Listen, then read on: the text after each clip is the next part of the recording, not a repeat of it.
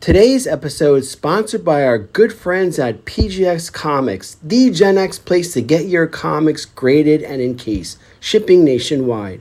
And our friends at Famous Faces and Funnies, located in Melbourne, Florida. Hey, check out their Facebook live auctions on amazing deals, shipping nationwide.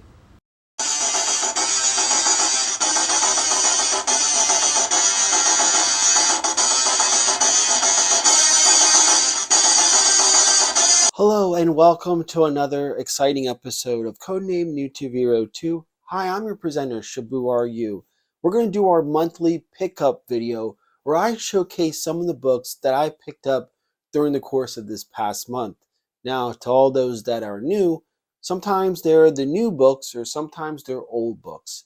But the best thing about them is this is something that maybe a fellow Gen Xer would be like, hey, maybe I should look into that. So these are just something to enjoy for all of us to reminisce about some great books, whether they're in the past or current, and maybe for your consideration going forward.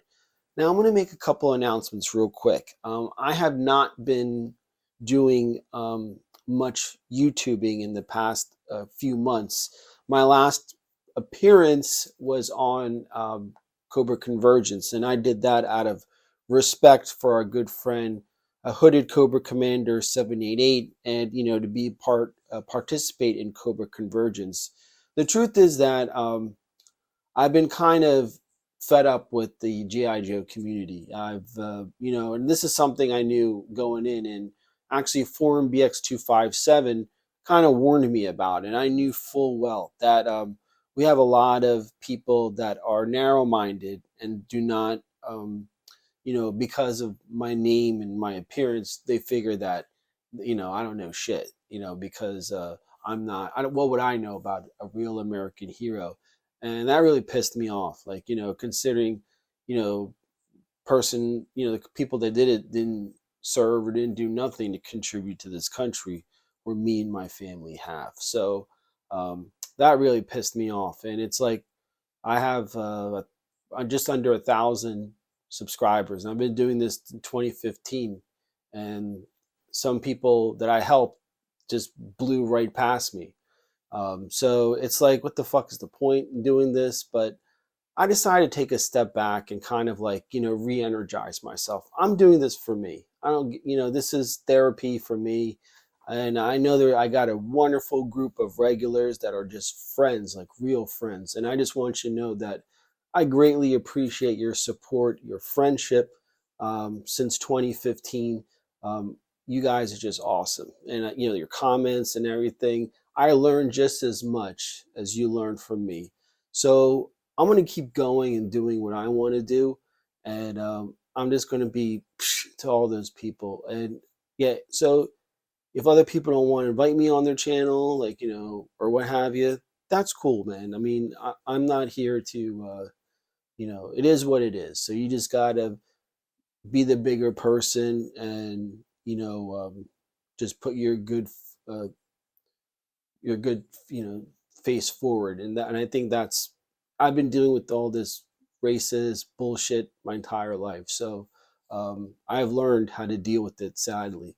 And, it takes a lot of strength to not want to reach over and punch somebody in the face. But sometimes the real strength is reservation, keeping yourself and keeping your head tall and walking tall.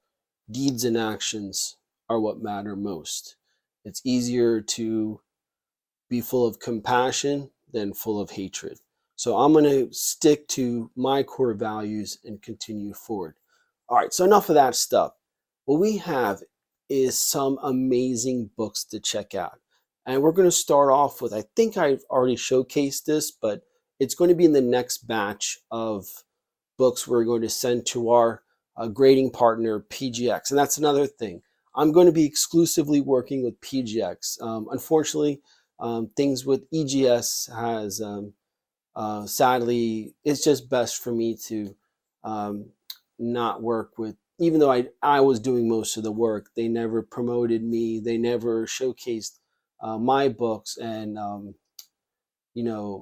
I got scolded at when I did a PGX before an EGX unboxing video. Like, I'm doing them a favor, and I'm also paying as well. I'm a paying customer. So, I mean, PGX gives me a much better discount than EGS. So, and they treat me, nicer. So, I'm not saying anything bad. I still encourage people to use EGS. I think it's, the end product is very good, and it's something that I strongly encourage people to do because of the CGC stronghold over the entire comic industry. I think it's important to support the smaller companies, but unfortunately, due to being not treated as valuable, Journo Comics or Reggie Collects, so many other people get,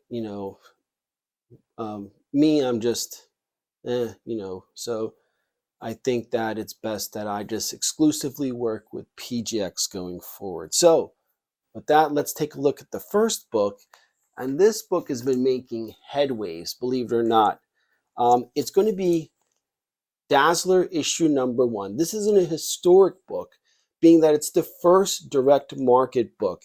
There is an error in these, so it's good to check between pages, I think 24 or 26, where they missed the inking or coloring of it. So you'll see black and white pages for those 2 pages specifically. Not a big difference, not a huge difference, but it's something to make note of. Now, why this book is suddenly exploding along with the X-Men of Dazzler's first appearance is the rumor of Taylor Swift. That's right, Taylor Swift possibly being in Deadpool number 3. So this issue has become hot, not just to comic people in general, but to Swifties of all people. They've been scooping up these books at an alarming rate.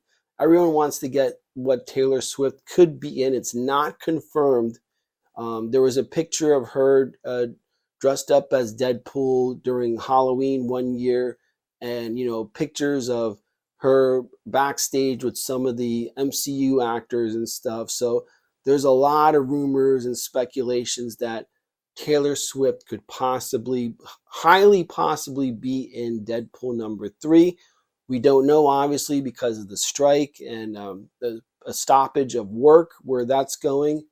But I'm sure that if I was Ryan Reynolds, I would definitely be pushing for Taylor Swift to do a cameo as Dazzler. So this is another book, if you're able to find it, it's worthwhile to pick it up and put it away, or, take advantage of the sudden demand of it. So Dazzler issue number 1. And again, that's kind of like Jim Shooter's baby. Like, he was really pushing for Dazzler, and Dazzler never really kind of caught on what they would hope that she would be. She kind of like, was in that, but she never, made it over the hump to be like one of the core X-Men characters. And again, another book, I've actually shown this before, but I think it's worthwhile to point out one more time. And that is the Uncanny X-Men number 221. This is important because, again, this is actually confirmed that Mr. Sinister is going to be the big bad in the revised X-Men 97 animated series that's going to be on Disney+. So we're going to see Magneto take over as the leader of the X-Men, filling in for Charles Xavier, who last we saw left off-world with Lilandra. So Mr. Sinister's first appearance is in X-Men number 221.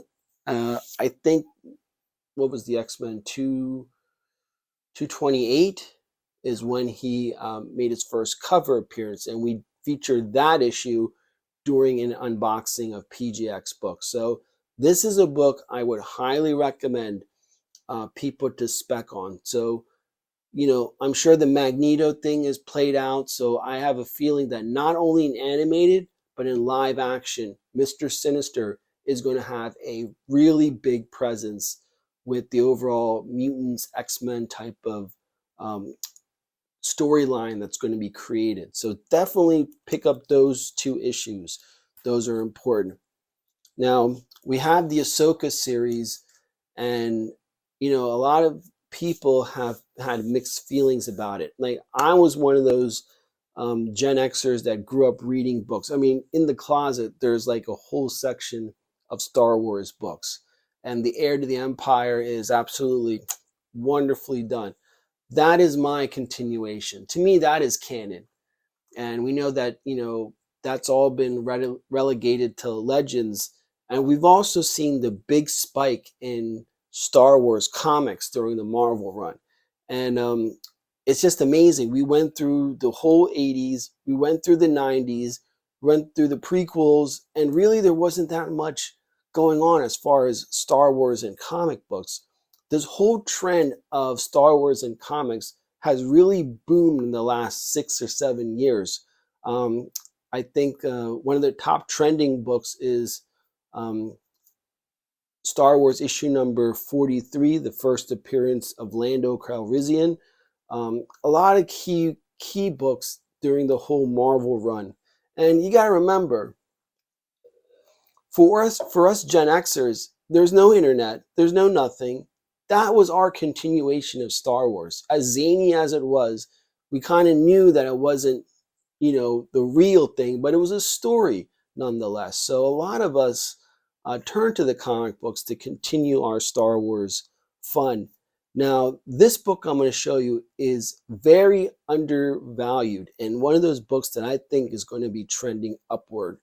It's the reprint from Dark Horse Comics for The Return of the Jedi. And this is Larry Hughes' rendition of Slave Leia. My regulars know one of my side collections is collecting, even though it's small, but Slave Leia. And we also featured her, let me show you here, which was cool, is the Stan Solo version of Slave Leia. We had a whole episode of that, and how this, is made to look like this fits in the Kenner Star Wars line perfectly. And Disney will never put out this product. So it was just cool that someone did it. And I think, and also the Black series, with all the politically correctness stuff, there's a high possibility that they will never ever update the Slave Leia that was offered in the Star Wars Black series. But this cover is absolutely beautiful. Adam Hughes is such a wonderful artist, and I think that he fully captured just Princess Leia and Carrie Fisher in that iconic scene where a lot of boys became men. But this is a wonderful book, and it's one that goes below the radar. And I think that once, that's how what I like to do. What would be the next big thing? What would be the thing that is of value? You have a wonderful artist, an early rendition of an iconic scene in an iconic book. This book has been getting overlooked. It's just a matter of time. I mean, look at this. That is absolutely gorgeous. So we got that out of the way. The next book we're going to feature is one of my top 10 best covers of all time.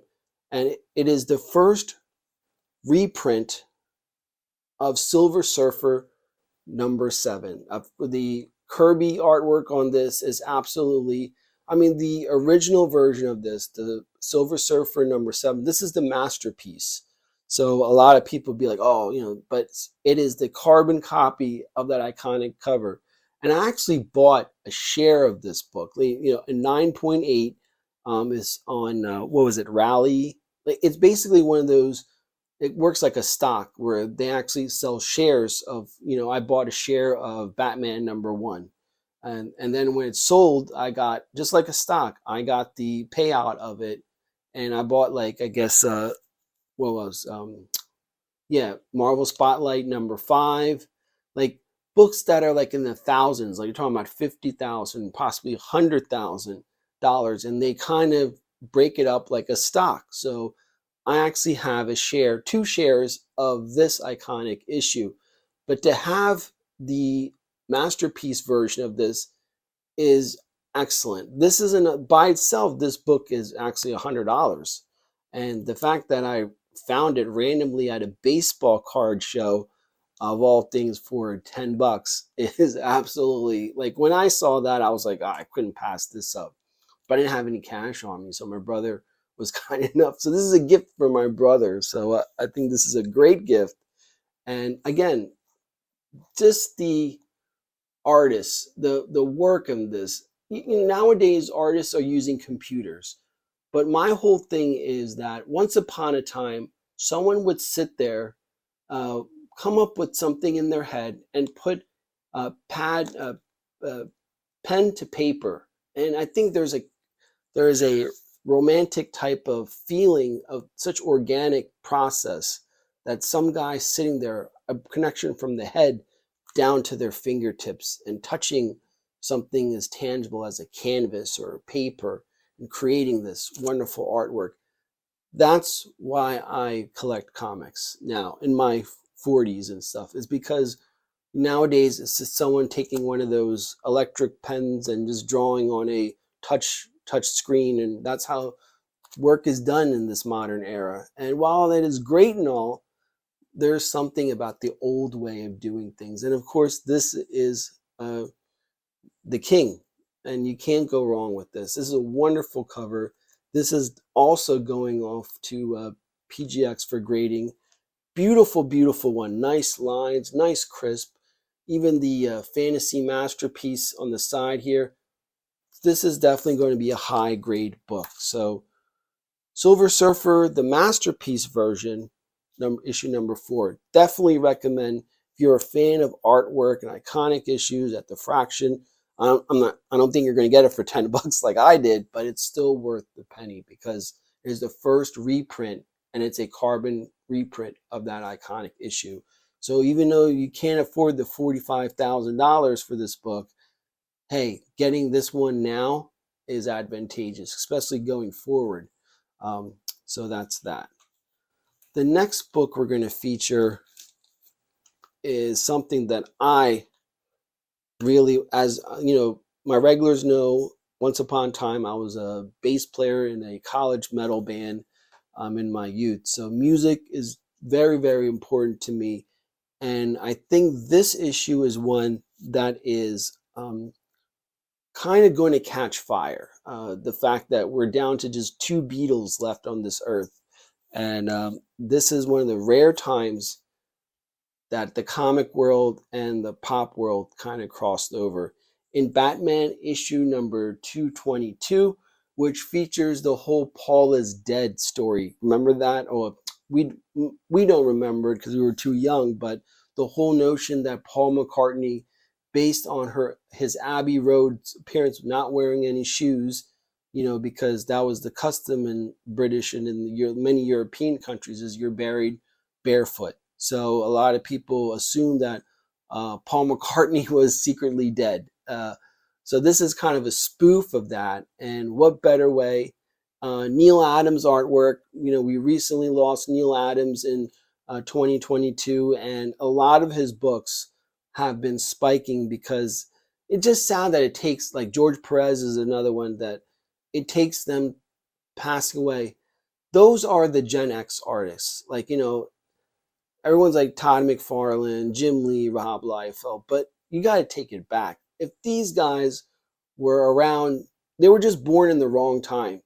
But nonetheless, there are more about Herb Trimpe is another one, are the artists that are the soundtrack of our growing up and coming of age story.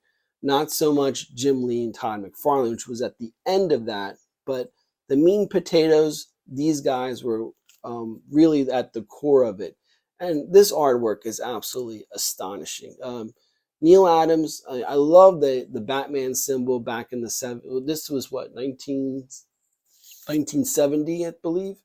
So again, just that wonderful 15 cents. I love that. So this is one of those Batman books that is affordable still and highly advantageous to pick up, because you're not only talking about comic fans, you're talking about music fans and pop culture fans.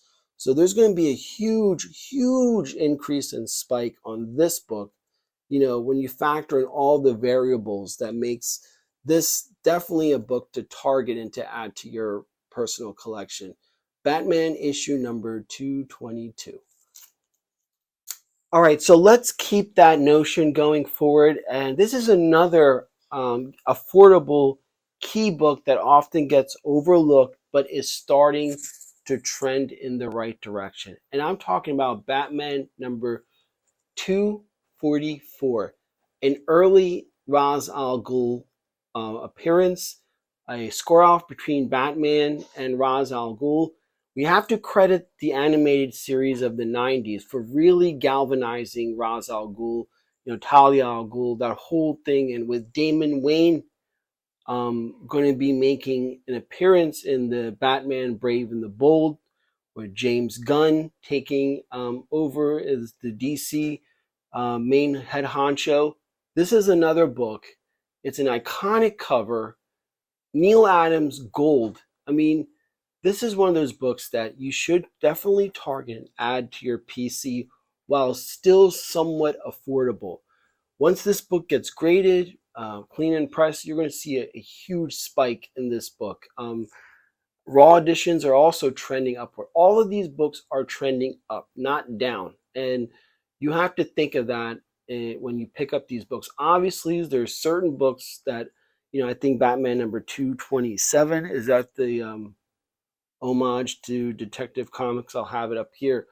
There's certain Neal Adams books that are in the stratosphere for normal guys with mortgages, car payments and stuff. So for a lot of us, you're trying to find the thing that makes sense, that is attainable, but has a very, very solid growth potential. And I think this one hits all of those tropes. Wonderful, iconic cover.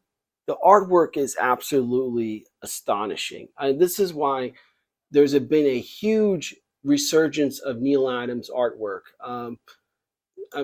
Sadly, after he's no longer with us, but I'm sure that he would love to hear all the praises. I'm sure he still is hearing the praises for his work. And this book is one of those books I definitely targeted. Luckily, I met a friend, an elderly person that was kind enough to pass on these collections to be preserved. That's the way he explained it to me. He's like, I'd rather have my books, some key books, sent to you because I know they'll be preserved. It's not about the money, it's about the book. And that's such a far cry from today's modern 9.8 only, CGC only kiddos that are just into it for monetary purpose. There is heritage in this book. There is art. There is so much that I think that these modern kiddos are not grasping. It's not dollars. If you want to do that, then buy stocks, mutual funds. That's what you want to do. Those are surefire bets. Buy a share in Disney or something. Build a little bit portfolio for yourself. It's good to have these as a tangible form of investing, but at the same time, take the time to appreciate the freaking book. That's what comics are all about. So this is definitely a pickup that I've been wanting for the longest time. So we're going to see that journey until the end when PGX sends it back. All right. The next book, again, more Kirby goodness. And I've been looking at, thanks to this gentleman, books that are under the 100 of iconic series. For example, Fantastic Four number 77.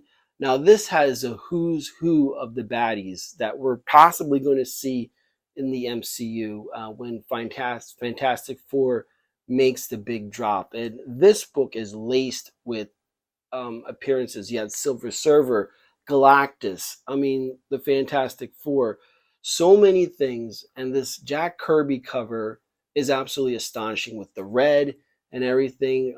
This is an affordable, attainable key at this point, and it's worthwhile to concentrate on those books more so than the heavy hitters. If you are able to, by all means, but at the same time, if you're looking to appreciate the artwork and to have a nice trajectory going forward, this is one of those books that, dots the I's and crosses the T. And I'm looking forward to when PGX cleans and presses this book and sends it back, because it is absolutely gorgeous. I don't know, but this is one of those covers that really popped when I was shown this. It's probably going to be like a 5 or a 6, I'm thinking, because I see on this corner some creasing and stuff, but that's okay. This was 1967, or 1968 more likely. So this is definitely a wonderful, wonderful pickup, and I'm excited to send that off to PGX.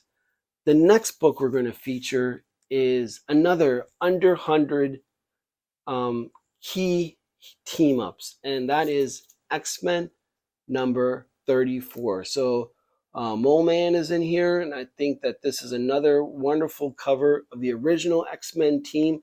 This would be just year 1, year 2, so just past year 3. So 2 issues into year 3 of this iconic classic team up.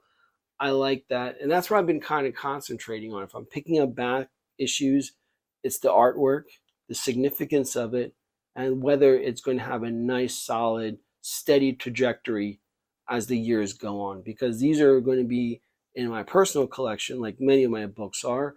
And the Dazzler, I might pass that on to another fan, so to speak, a Swiftie fan. I think it's the optimal time, and I'm not much of a Dazzler fan, but I think that'll be good. But this book, again, it has the iconic original X-Men format, and that's what I like about this book. So X-Men number 34. And the last book I'm going to showcase is a complete surprise.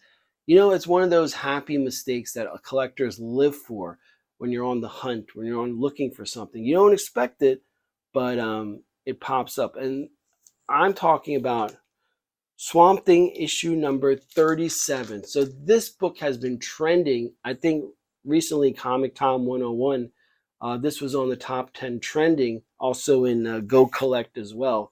So this is for no reason, Keanu Reeves is attached to it, and he has expressed that he wants to continue with John Constantine, but also with the possibility of him being Ghost Rider as well. There's a lot of stuff behind the scenes, and with the strike, like I mentioned, we don't know fully what's going to go on. But what makes this book, not only that it's the key first appearance of John Constantine, that it is drawn or written by the iconic Alan Moore. There's so many things with this book. It's a newsstand edition, but here's the real thing, and this is another lesson for you for you Gen Xers out there looking to get back into comics. Now, I'm going to ever so gently pull this book out, because there's something inside that modern comic collectors are going apeshit over, and that is this. Oh, wow. It's going to be a low grade. Mark Jeweler inserts. Okay. So these were often sold around army bases in very, very limited quantities, because, when you're stuck on a base and you want to buy something for your sweetheart, hey, why don't you check out your comic book and order from Mark Jewelers? So Mark Jewelers variant issues, regardless of what it is, have been spiking. It's even more rare than, so you have a newsstand and a Mark Jewelers insert. So that's what makes this book extra special. Sadly, it is going to be a low grade because I see this right there. But hey, that's okay. And the guy, I found this one on Facebook Marketplace, and he had it listed at $50 originally. And I was able to get this book for $20. That's crazy. So a very rare key issue for $20. And this is a $200 book, the lowest, easy, maybe $300, because of all the significance. But when you add the Mark Jewelers into it, this makes this book absolutely astonishing. And I was like, literally, when I got it, and this guy packed it in a regular vanilla envelope, which was probably why this, it's sad that this person, well, obviously he didn't know what he had, and he probably did a search, and found a couple prices and like, oh, that's why I initially went to 50, but he took 20, but if he had shown the inside of the book, he would have gotten a lot more. And part of me feels bad, but part of me is like, yay. So I wanted to share that and end that with this. Again, guys, thank you for watching, and we're going to get back to doing regular content on this channel. I hope you join me. Please like, share, subscribe, all that stuff. I am not a YouTuber. I'm just a regular dude who works a 9-to-5 job, who has a home, who has a mortgage, and I just do this to bring other fellow Gen Xers that want to rekindle that passion for what got us into comics in the first place. So this is Shabu Argue. We'll see you on the next time. Have a good one.